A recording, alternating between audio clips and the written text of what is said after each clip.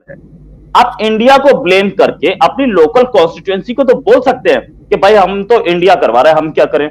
असलियत ये है, पहले भी एफएटीएफ बोल चुका है कि इनके पास कोई ऐसे लेजिस्लेशंस नहीं है जिससे कि ये मनी लॉन्ड्रिंग और टेरर फाइनेंसिंग को रोक पाए। हमने देखा भी है, यूएन जिन जिन ऑर्गेनाइजेशंस को, जिन टेररिस्ट को टेररिस्ट डिक्लेयर कर रहा है, वो आपके यहां खुलेआम घूम रहे हैं, उनको उनके फाइनेंसेस चल रहे हैं, वो इलेक्शन।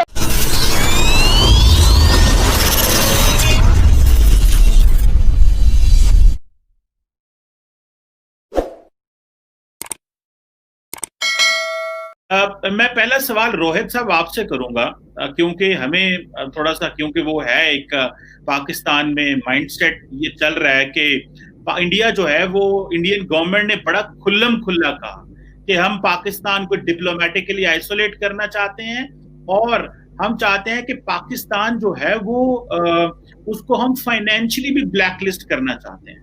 तो एफएटीएफ में बड़ी कोशिशें की कि जी पाकिस्तान जो है वो जो जी यूएन रेजोल्यूशन 1267 और जो बाकी हैं उनको जो है वो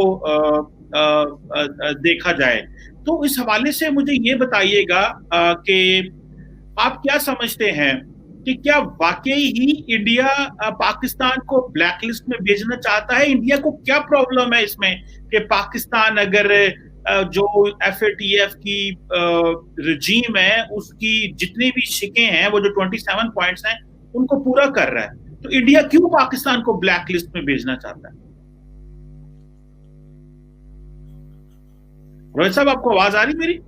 हाँ बिल्कुल बिल्कुल, मुझे आवाज आ रही है आपकी। देखिए, इंडिया पाकिस्तान को ब्लैक लिस्ट में भेजना चाहता है, वो भी एफएटीएफ की ब्लैक लिस्ट में। तो अगर आप ऐसा बोलते हैं तो शायद मैं तो नहीं मानूंगा इस बात को, क्योंकि एफएटीएफ में 27 के 26 के आसपास कंट्रीज हैं, ऑर्गेनाइजेशन है, कंट्रीज एंड ऑर्गेनाइजेशन। और अभी जो सेशन हुआ है जिसमें बोला गया कि एक्सटेंड किया जाएगा, ये सेशन भी होना था जून जुलाई में कहीं पे, उसके बाद अब अक्टूबर में हो पाया। क्यों? क्योंकि कोरोना आ गया था, एक blessing in disguise for Pakistan. अब इस सेशन में 205 रिप्रेजेंटेटिव्स, 205 कंट्रीज के रिप्रेजेंटेटिव्स बैठे थे। अगर इंडिया इन 205 कंट्रीज के रिप्रेजेंटेटिव्स को कंट्रोल करता है, वो 26 ऑर्गेनाइजेशंस को कंट्रोल करता है, तो फिर तो भाई ब्लैकलिस्ट में आ जाना चाहिए था अब तक। क्यों नहीं आया? एक लंबी हिस्ट्री है पाकिस्तान की। 2008 में पहली बार आप उसकी निगाहों में आए थे एफएटीएफ की, और तब से आपने प्रॉमिस किए।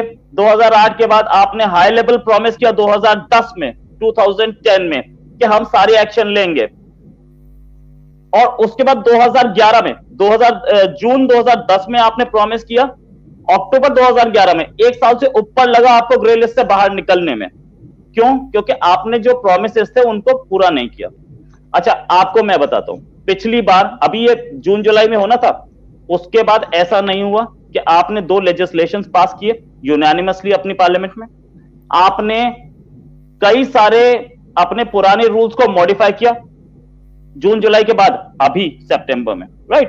तो एक्शन लिया है आप 21 में, 27 में से 21 पैरामीटर्स पे, 21 पैरामीटर्स को आप क्वालिफाई कर रहे हैं, बाकी को अब भी क्वालिफाई नहीं कर रहे। तो आप खुद अपने घर में झांकिए कि क्या गड़बड़ है। आप इंडिया को ब्लेम करके अपनी लोकल कॉन्स्टिट्यूएंसी को तो बोल सकते हैं कि भाई हम तो इंडिया करवा रहा है, हम क्या करें। असलियत ये है कि आपके अंदर प्रॉब्लम है। पहले भी एफएटीएफ बोल चुका है कि इनके पास कोई ऐसे लेजिस्लेशंस नहीं है जिससे कि ये मनी लॉन्ड्रिंग और टेरर फाइनेंसिंग को रोक पाए।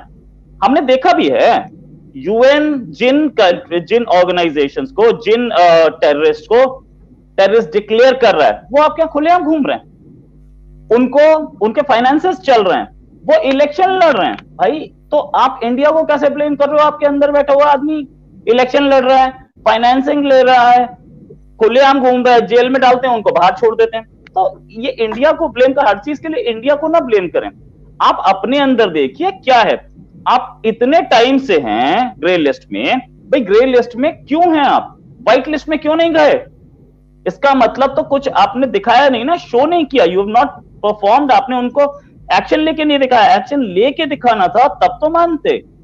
तो India is not controlling FATF, उसमें एफएटीएफ के जो मेंबर्स हैं उसमें तो भैया यूरोपियन यूनियन है, अरब काउंसिल है, वो सारे हम थोड़ी कंट्रोल करते हैं उन सबको। आपके साथ सिर्फ 4 countries, sorry 3 countries, China, Malaysia और ये टर्की, सिर्फ 3 कंट्रीज की बैकिंग लेके आप कह रहे हो कि इंडिया हमें वो कर रहा है, प्रॉब्लम कर रहा है, हमें डाल रहा है। तो इंडिया कैसे डाल देगा? अब तो मलेशिया ने भी